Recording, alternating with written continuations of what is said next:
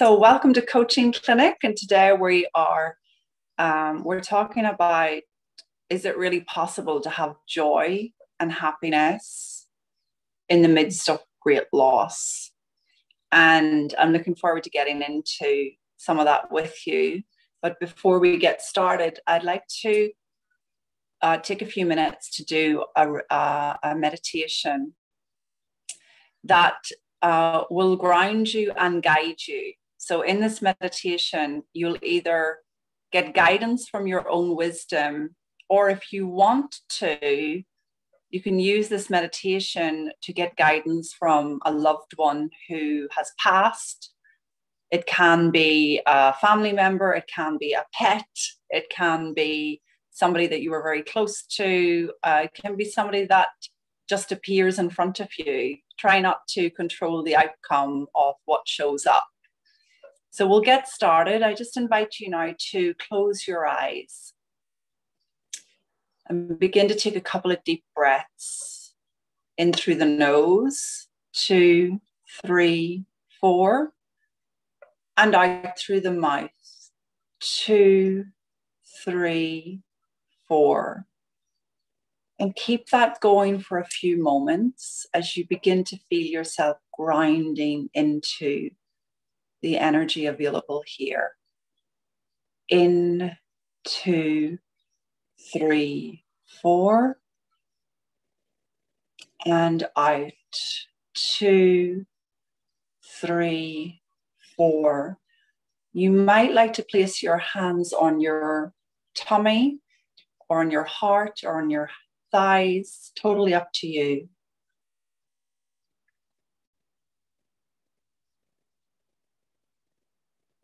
And I want you to see roots coming from your feet, down through the ground, into the underground, right down to a rock at the bottom of the earth, and wrap those roots around that rock. This is the rock of your divine wisdom.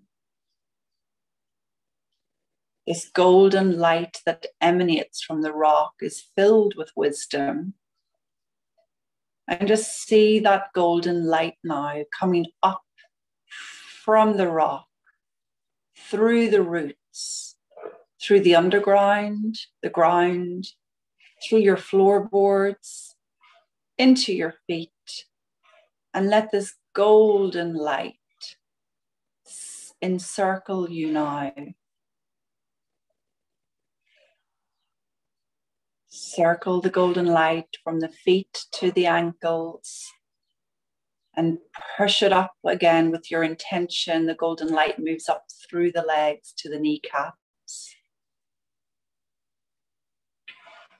And the golden light continues to move now up through the thighs, up to the hips, up through the torso, up to the heart, up to the shoulders and out through the arms, the length of the arms, the hands, the fingertips, the nails. And see it swishing back up through the arms again, right up to the shoulders. See it swishing down through the spine, all the way down the back. See it coming back through the back of the head, through the front of the face. This golden light and energy. Completely protected now.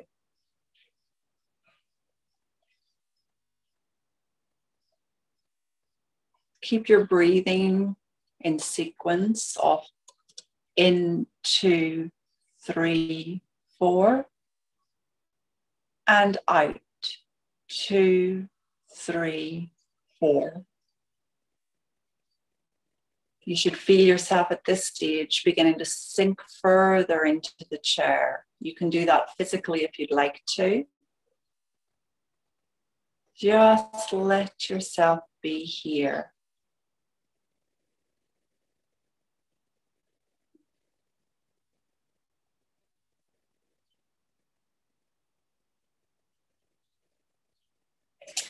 Now we're going to just clear the chakras a little bit so that we can connect even more quickly to wisdom or a loved one.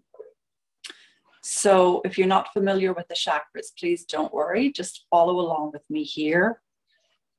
I'm absolutely no expert in this chakra thing, but I've been doing this exercise before connecting with my own fiance who passed in December, and I've been doing this in advance of connecting with him, and it really helps. So just imagine a ruby red circle a few inches below the belly button, and this is your root chakra. And all I want you to do is I want you to just imagine it brightening. Imagine that it becomes such a ruby red color that you are able to just bask in the color red.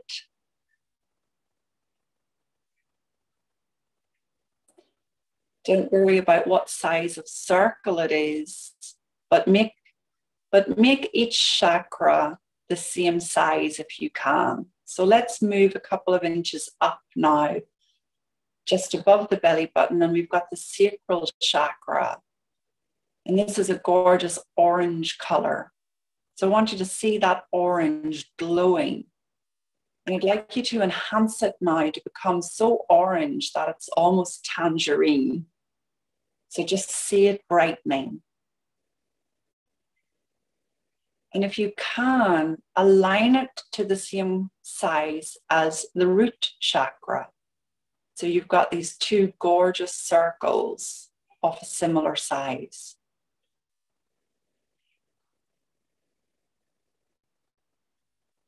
On up now towards the stomach, and just imagine a gorgeous yellow circle. This is your solar plexus.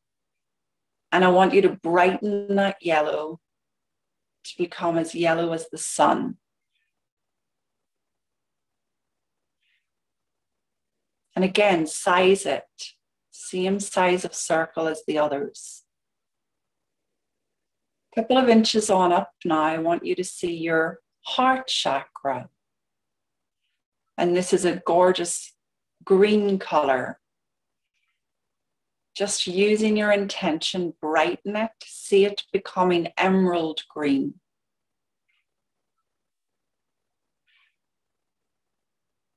Almost sparkling. A couple of inches up now, we go to the throat chakra, and we want to visualize a baby blue color. Let that circle be the same size as the others. And just brighten that baby blue. Enhance it with your own intention. And on up now between the eyebrows, the third eye chakra, the chakra that sees clearly everything. And again, this one is an indigo color. So you just want to brighten it and you just want to size it the same as the others.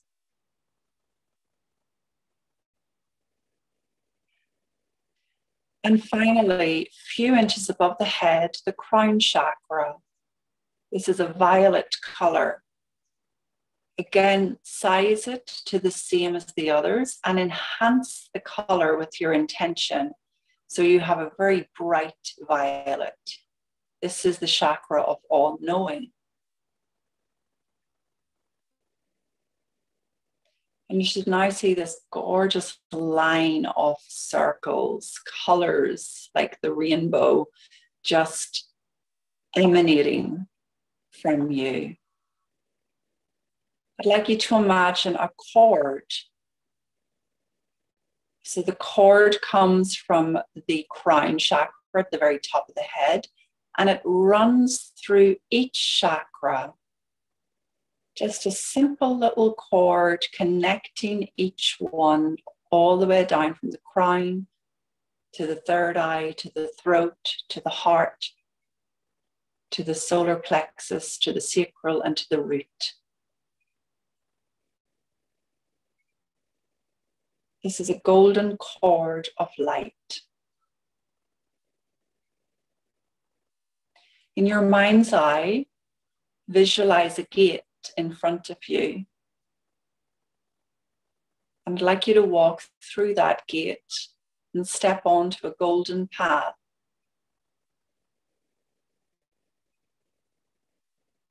Walk along the golden path, and up ahead of you is a beautiful lake, sparkling in color.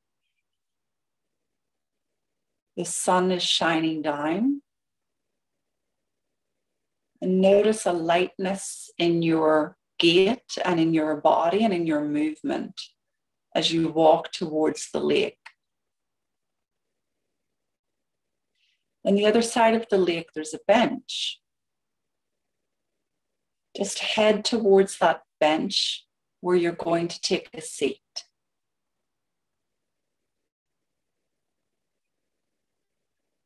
As you sit there, focus on your breath. In, 2, 3, 4. And out.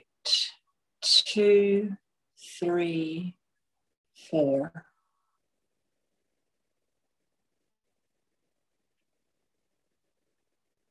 In, 3, 4. And out. 2, 3, 4. You're completely at ease on this bench, facing the water.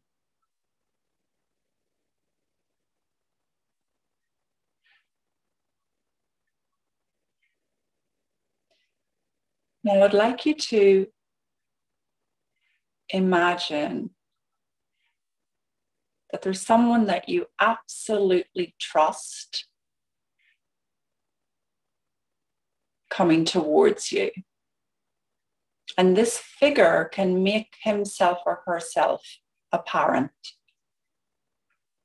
Or if you prefer, now is the time to call in a loved one who has passed and invite them to come and sit with you on the bench. So either way, this person is coming towards you to sit with you.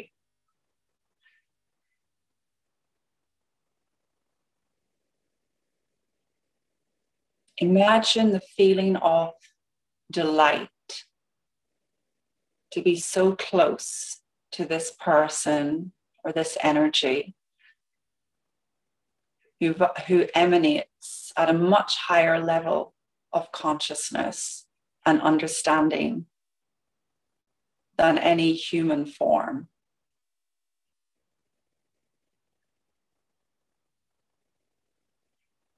Call to mind a question or a problem that you have been pondering,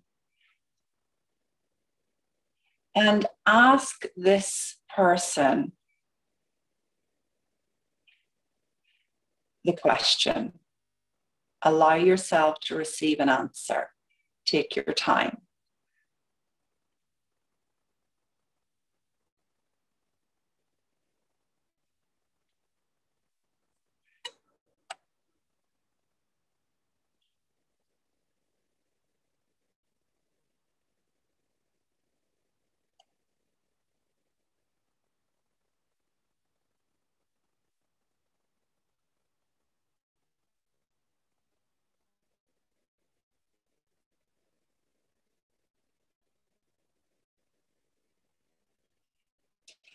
Notice the feeling in you.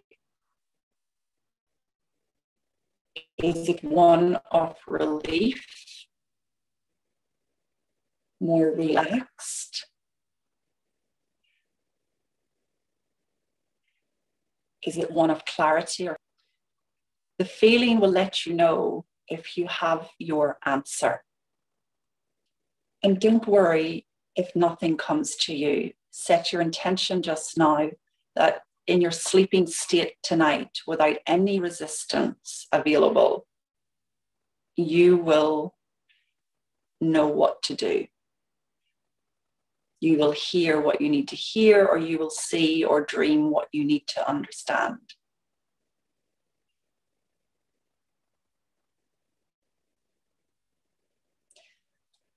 know that this connection is a connection to your higher wisdom.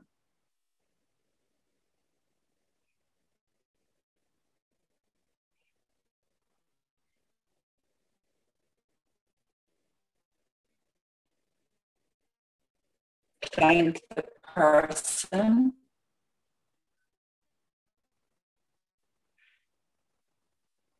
And if you want to embrace them, do so.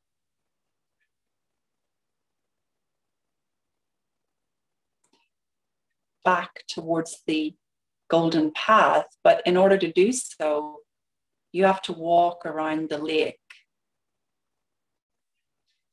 And this time, as you walk towards the lake, let yourself stop there and notice any images that spring up from the lake.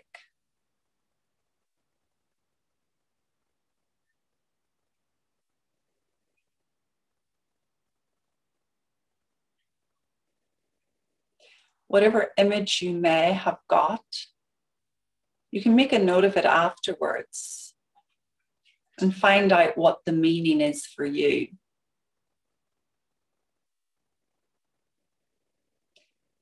Now walk towards the golden path and walk along it towards the gate.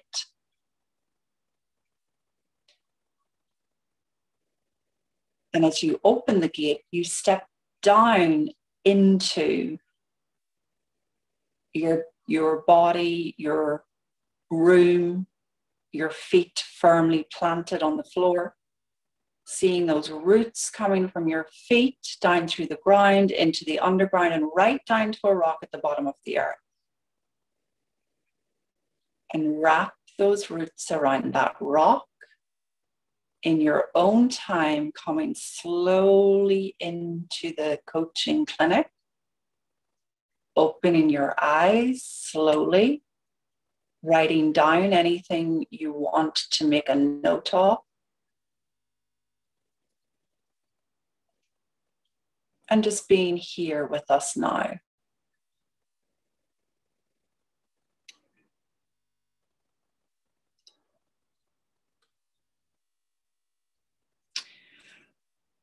Okay, I hope that was helpful, and I hope that in many ways you can get a sense of how easy it is to just pause to connect with your own wisdom and or with a loved one. To me, it's still all wisdom, whether it's coming from them or it's coming from you. You're still tapping into the universal wisdom that's available. And sometimes when I've done meditation like that or visualization, the answer I was looking for just became so apparent as I woke up the next day or the following days. So again, you don't want to be getting into too much concern about what you're hearing or not hearing, or what you're seeing or not seeing. But today I wanted to talk a little bit more deeply about just grieving with grace. And I don't mean with me personally, I mean with a level of grace. I didn't really know until recently that the word grace means favor. So I guess another way to say this is grieving with favor.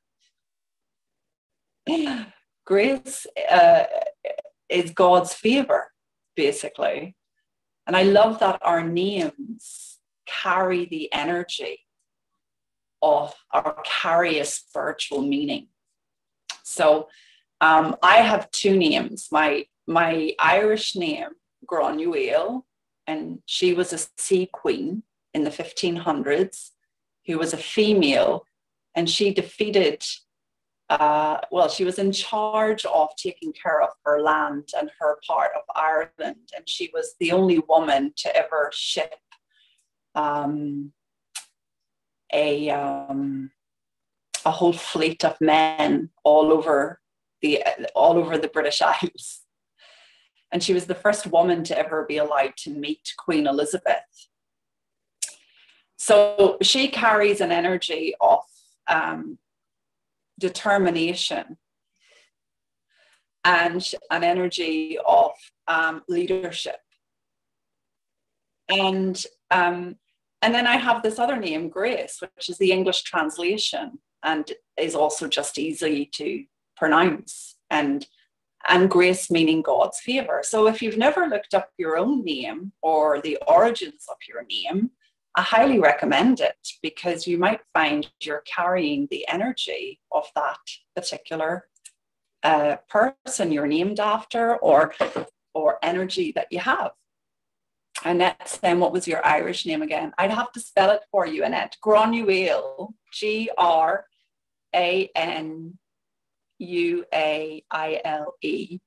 I can write it for you on Facebook. So grieving with grace. I am reminded of just the level of love that was available in death.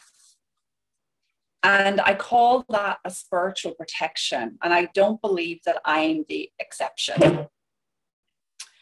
A kind of spiritual protection came in that left me in feelings of love, even amidst this terrible loss. And I didn't know that was possible. I assumed that if people go through a loss, especially a sudden loss, that it must be so traumatic that there's no space for any sort of feelings of well-being. Well, that's simply not true. And you have to lean on my faith for this, because until you yourself have been faced with something sudden and, let's say, traumatic like that, you might not realize what's available, even in the midst of that.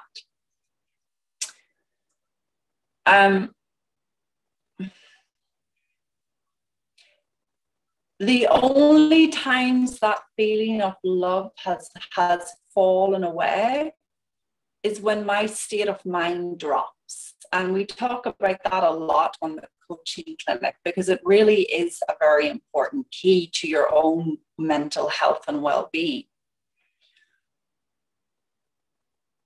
When your state of mind drops, your experience of loss or potential loss is going to feel awful. It's supposed to feel awful. Not because it's the right thing or the right way to grieve, but it's giving you information. Your elevator of consciousness has dropped. So what I'm starting to see about grief and grieving is that actually the state of mind is everything. Grief is not the exception to the rule.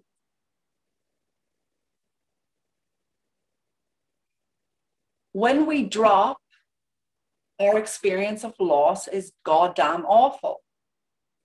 And when we go back up, as we're designed to, our experience of loss is a bit gentler.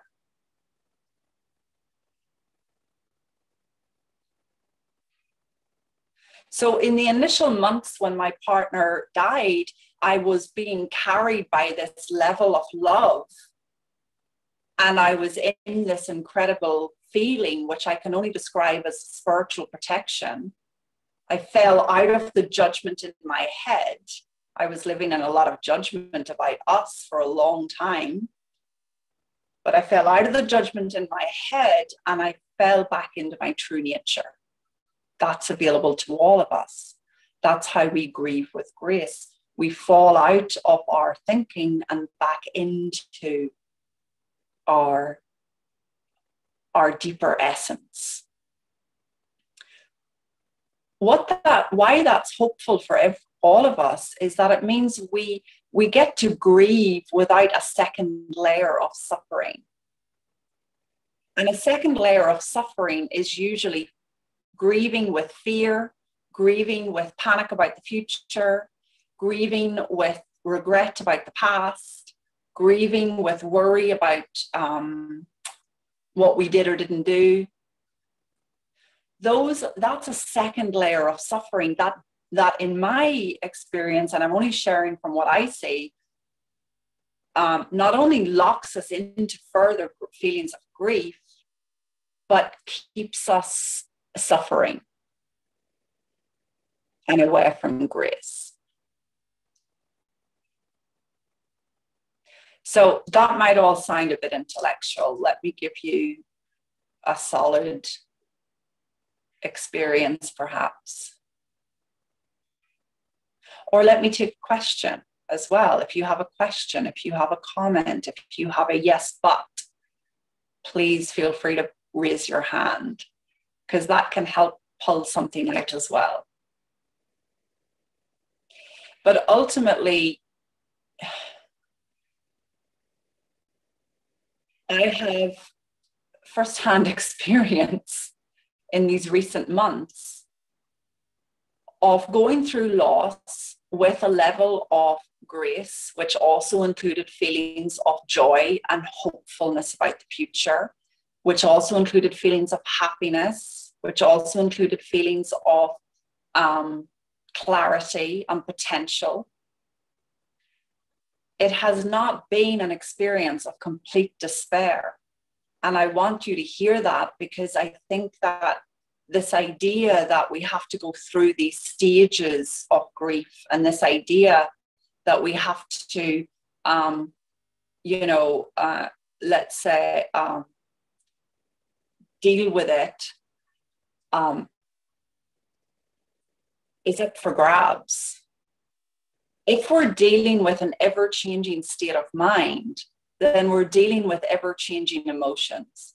And I can tell you, when I am tired and I have not slept well for a few nights, the experience of grief and loss is so much stronger. But just knowing that that's what's going on is so helpful. Because that means I don't add an extra layer of suffering. Like I don't make up more than I need to make up about it. I simply see that the state of mind has dropped, that the tiredness has kicked in. When my state of mind is up, when our state of mind is up, our connection to our loved ones is so, so strong and available. I'm amazed at the miracles that I'm still getting from Francesco when I am not in desperation and despair. And I think that makes sense, given that, if we're all energy, and when we pass over, we're at a different level on the elevator. We humans want to take care of our own state of mind and being higher up the elevator in order to connect, which is why I took you through that meditation where you're clearing also your chakras. Now, some people might argue you don't need to do that, Grace. Well, that's fine. It works for me. I'm sharing it with you. But you really want to see the relationship between state of mind and loss, because there is one.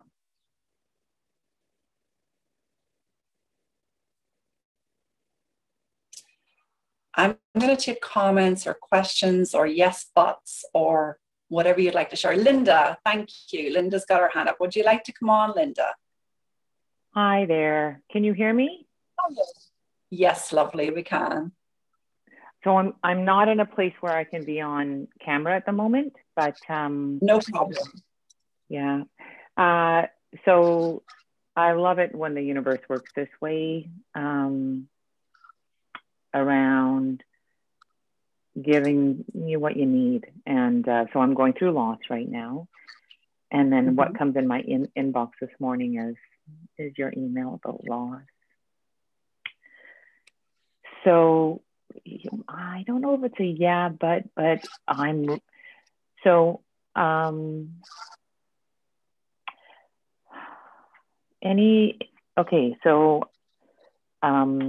we lost a 16-year-old, tragically. So it was my 17-year-old daughter's best friend, and somebody who was like a daughter to me, right? Mm-hmm. And I'm having a hard time navigating grief while trying to be supportive to her and while she's navigating her grief. Which is hard to see as a mom.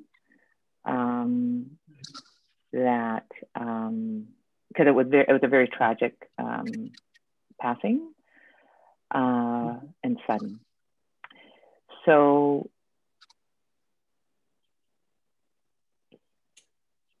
as I'm softening into the reality of what's happened here, and we're about to be moving into anyway, I've got a lot of anxiety, I would say, about the upcoming weeks, I would say. Mm-hmm. Not for myself, but for her. So I know I'm supposed to see that she'll be resilient and whole and that kind of thing, but I just feel anxious. Mm-hmm. So can I just confirm, Linda, you feel more anxious for her? Your anxiety is about her, is that correct?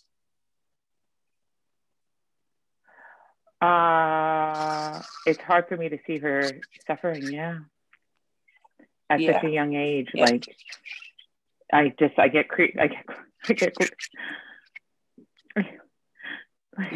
see her. Okay. That's okay. It's interesting because I was just having this conversation with a client earlier, when we're watching other people suffer. Can I ask, Linda, are you new to these coaching clinics or have you heard me speak before? This is my first time. Okay. Well, so can I share with you a few things that have helped me and then see what lands for you. And I would particularly be interested in the feeling you fall into. Any feeling that you get that just is like, oh, thank God I now know this. So rather than try and figure it out with your mind, let's just see what feeling you fall into. So, and I may still question you if that's okay.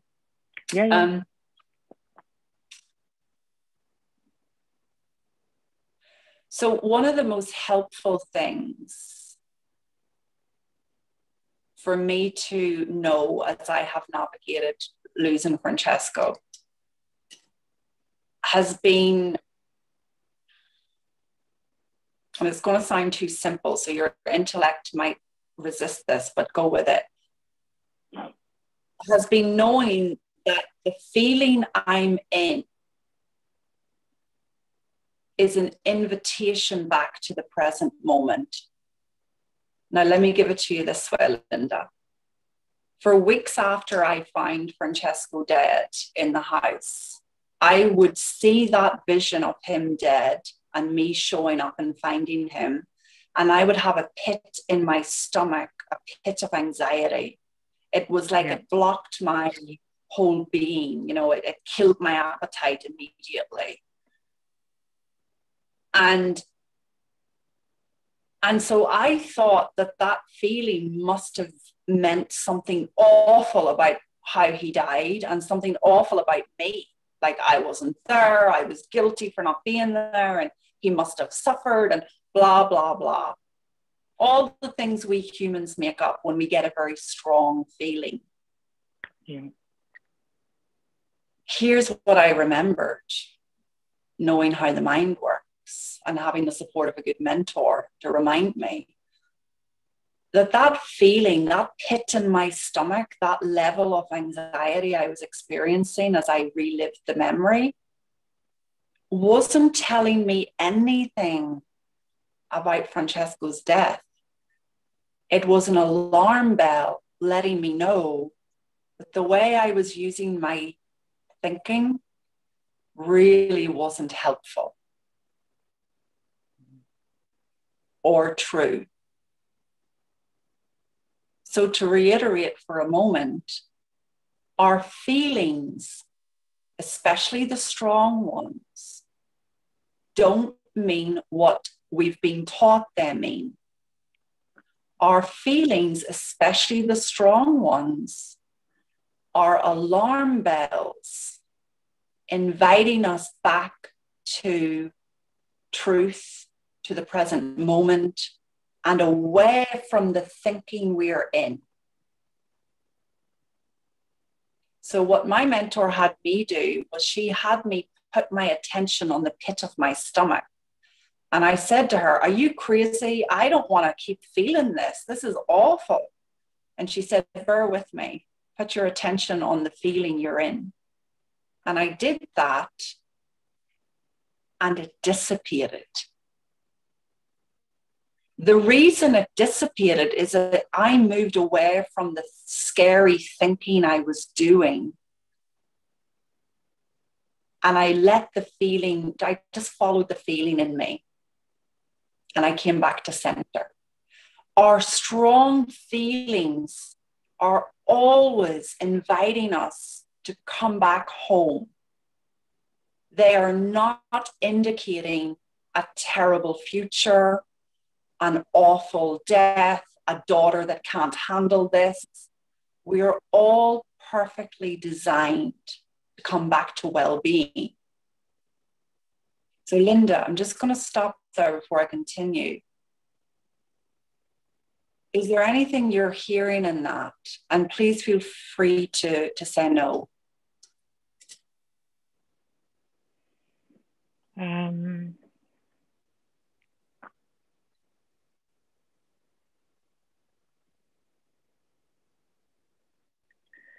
Well, I would say that it's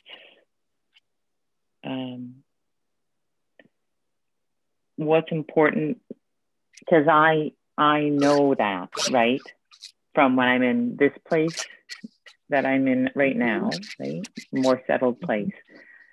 But kind of like what you just said, like you had a mentor that reminded you of that. And I think I need to, because I keep forgetting. Yeah. Well, here's what I want you to know. Yeah. We all keep forgetting. I know. We go in and out of forgetting, right? But here's the beautiful thing. That alarm bell will get louder and louder and louder as a way to remind you. So you don't have to worry about missing it or forgetting it. But the mistake... Yeah, but I think that you know, the thing is that, you know, like I'd rather just have a gentle reminder, like a touchstone kind of thing, than have like a 2x4 whacked over my head, because I create more suffering for myself, and I show up in not so great ways for my family. So that is beautiful. That's beautiful. You can see that. Okay, that is really good that you can see that. So here's how I know you're going to be okay. You're not going to wait for the really loud alarm bells, because you're going to feel it. Yeah. Let me put it to you this way. If you were to put your hand on a hot stove, would you rather it burnt you in 10 seconds or within 10 minutes? Yeah. That's right. We'd all rather in 10 seconds, right? We back off really quickly, don't we? because we get burned very quickly. It's the same with your feeling. Yeah. You're going to feel that really strongly, really quickly. Yeah. And it's an invitation to back off from scaring yourself about your daughter and about the future. Yeah. If you can get that for you first, I promise you that will be the greatest support to her. That mum is not freaking out. Yeah. Yeah. I guess it's okay to grieve in front of her too, right? Like I'm sad too, right? Yeah. Yeah. We all have to go through it. And there's something really helpful about knowing it goes up and down and all around, because it depends on our state of mind that day. Yeah. It feels like that moment right now. Oh. Yeah. Or moment, you're right. Mm-hmm. Yeah. And you don't want to put a lid on that. You know, you want to give yourself and herself permission to just experience it and go through it. But I can tell you, when you're not adding an extra layer of suffering called worry about the future or worry about her, then it runs its course, because you're designed to come back to well-being. Nobody came into this world and said, I want to feel worse.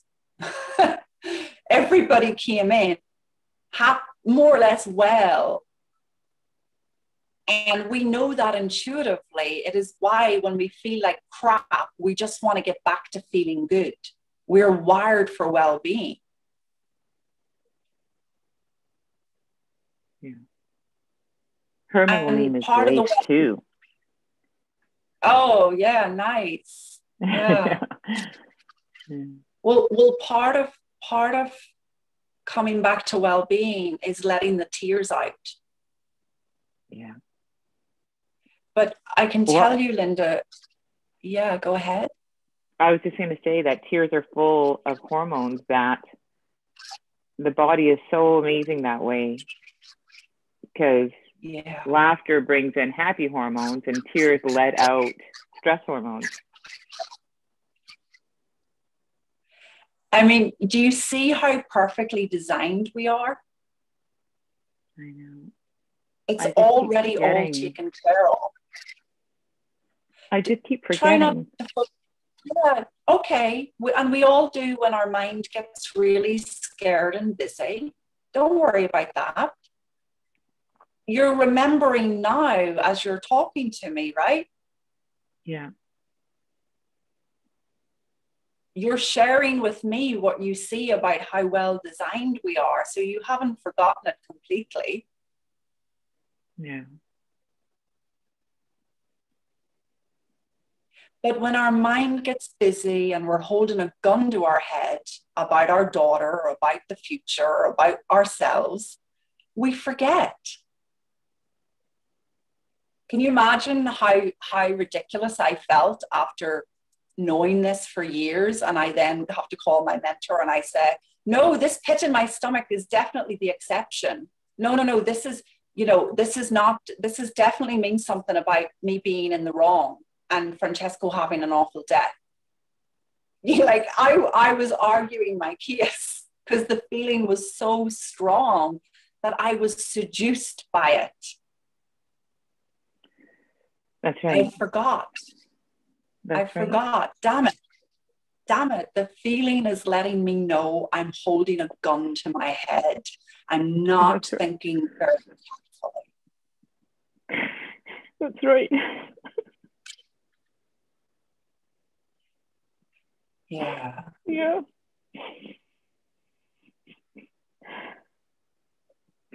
Thanks. Yeah. You're so welcome, Linda. Thank you so much for bringing that question forward. And reach out anytime. Oh, thank you. Yeah, well, put my hand down. Yeah, you know, it's so innocent. That we don't want to be hard on ourselves, ladies and gents, about forgetting. You know, we don't want to be hard there. Did anybody else want to come on and share or question? Nikki, is your hand up? Yes, Grace, hi. I can turn on my camera. Hi, nice to see you here. I won't stay long because I have a client in a short while, but I want to I just popped on. It's unusual for me to be here. Grace did actually write something about a call she and I had recently, and I just thought it might be nice to share about it here. Oh, yeah. So my father, who was like my best friend and the closest person to me ever in my life, passed away 2.5 months ago. And I forgot a lot of stuff as well recently. I noticed I started to get a pain in my hip. I had sciatica for many, many years.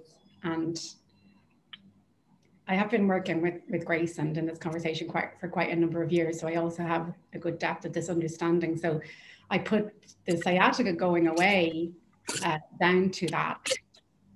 And then I noticed recently it came back again. And for me, sciatica, you know, is one of my big, loud alarm bells.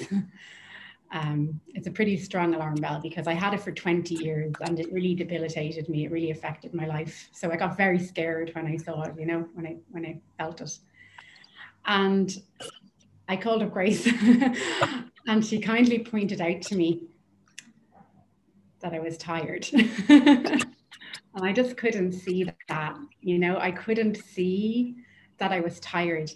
And I was looking at everything in my life was looking wrong. It looked like it was grief because of my dad passing away. It looked like I was sad because my partner's gone away for 2 months in the summer. It looked like my bank balance, you name it, it looked like everything. And when I realized that I was tired, I could see, as Grace is saying, for every area of my life that, you know, I would feel more sad. I would feel more down or low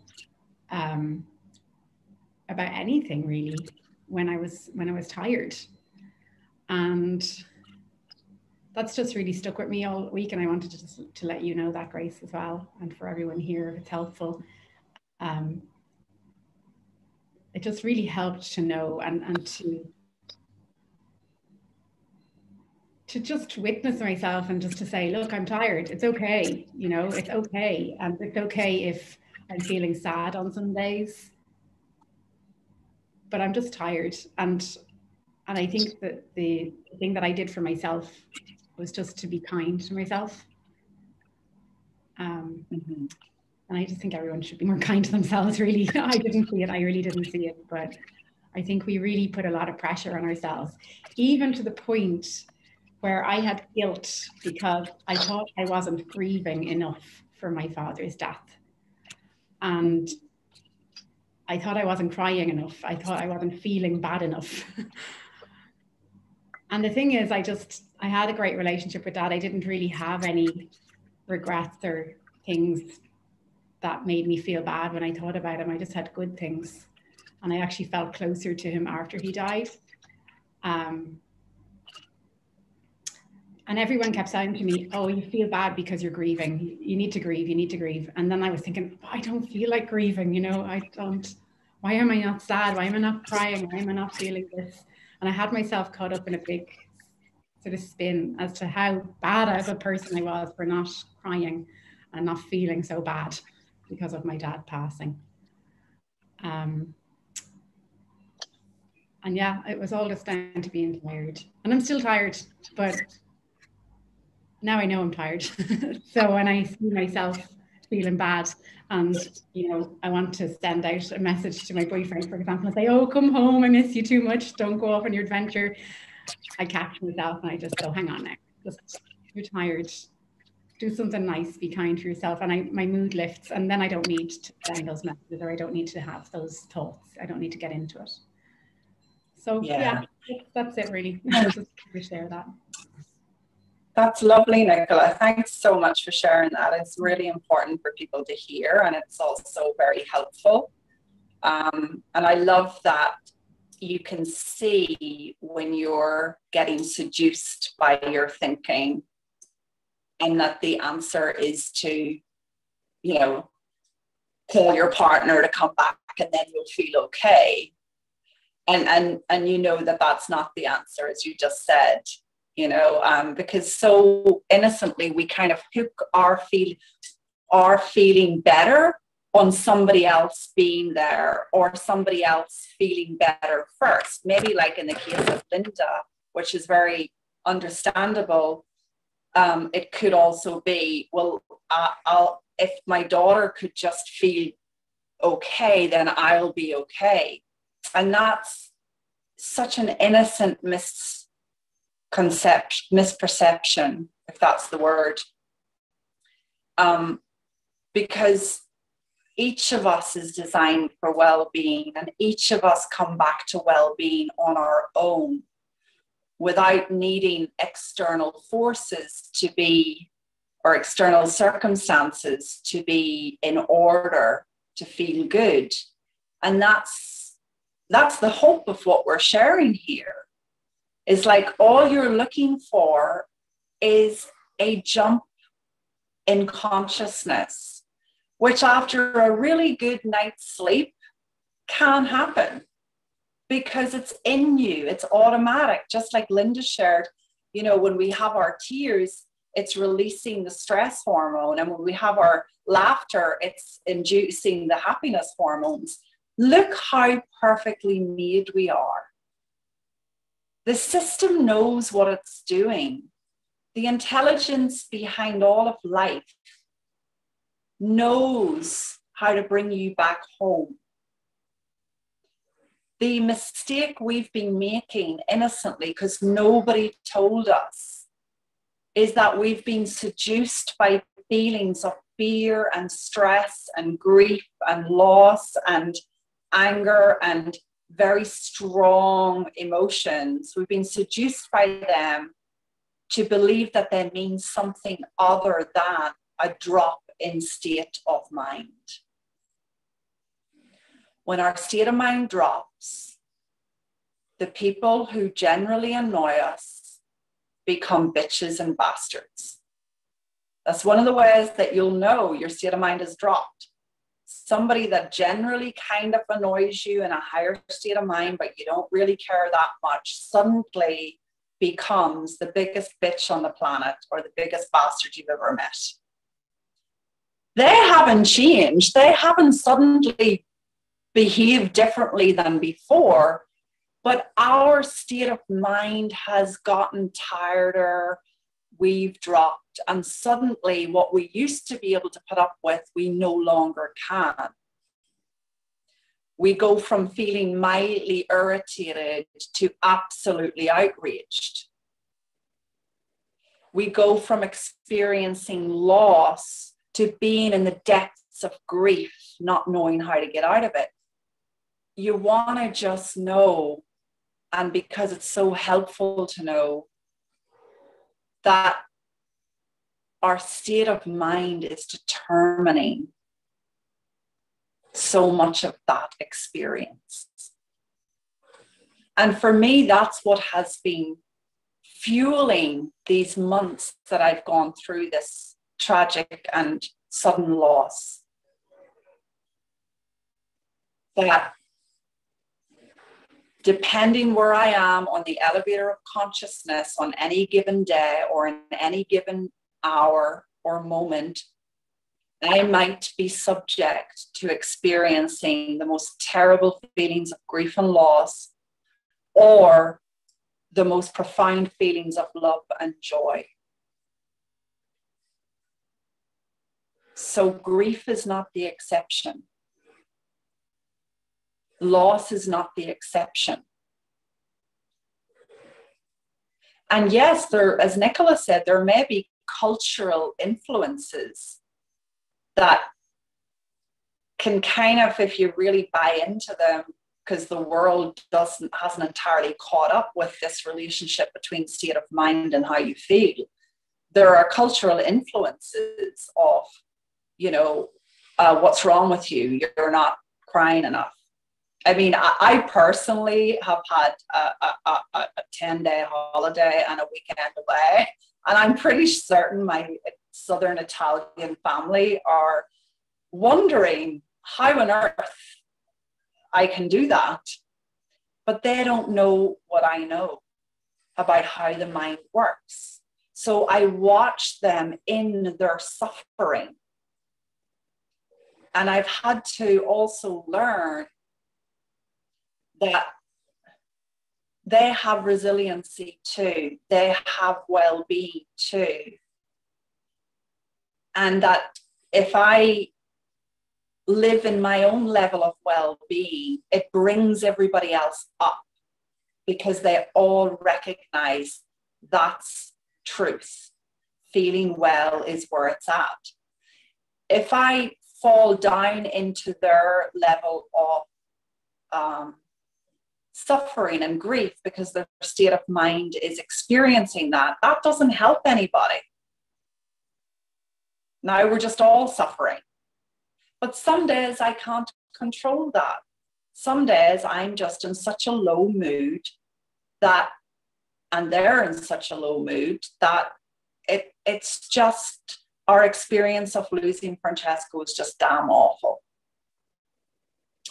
So again, you don't want anybody, you don't want to be determined by cultural influences, or so-and-so says I should be grieving more for my family or whatever. You want to just know when you're tired, when your state of mind is down, your experience of grief and loss is going to be stronger than when you're further up the elevator. Thanks, Nicola. So we're already at time today. It's been really lovely to be here with you all. I do want to let you know that there won't be any coaching clinic for a few weeks. My mother is finally allowed to travel, and I will be reunited with my family, well, at least with her, for the first time in a year and a half. She's gone through losing Francesco without being by my side. And it's been very difficult for her in particular, as you can imagine, daughter away from home, going through loss. So I'm going to be taking a couple of weeks off the coaching clinic. But our Essential Selfishness course is running. If you want to join that, it's not too late to get in. We're on again on Thursday, and Azul has just posted the course in the box there if you want to have a look. So you can join myself and my mentor, Mavis Karn, on that one. And then just check your inbox for the next coaching clinic. I estimate around the week commencing the 20th of July or so. Okay, thank you for being here. I hope this was helpful. All right, everybody, lots of love. Bye.